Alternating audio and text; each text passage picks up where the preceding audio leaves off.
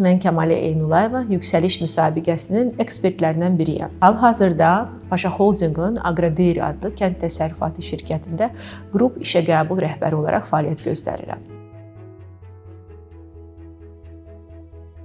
Bu təcrübəni yaşayanda inanılmaz hisslər keçirirdim. Çünki ölkə səviyyəsində və ölkənin gələcək kadr potensialını formalaşdırması üçün çox strateji və önəmli iş gördüyümü anlayırdım. Bu həyəcanla bərabər böyük bir məsuliyyət də gəlirdi. Çünki bu gələcək liderlərin seçilməsində müstəqil qərar vermək, obyektivlik prinsiplərinə riayət etmək və eyni zamanda bir çox kütləvi böyük bir kütlə namizədinin dəyərləndirilməsi prosesini həyata keçirmək lazım idi.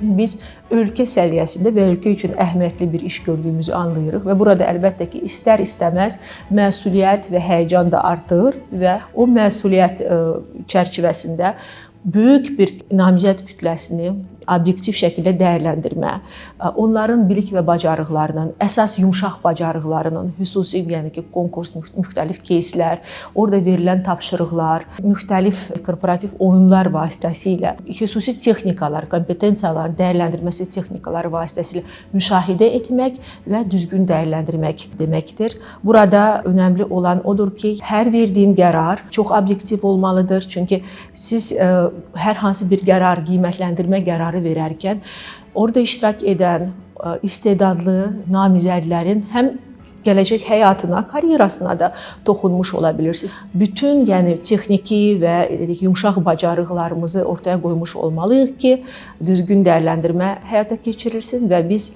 yüksək səviyyədə gələcək qalibləri seçmiş ola bilək.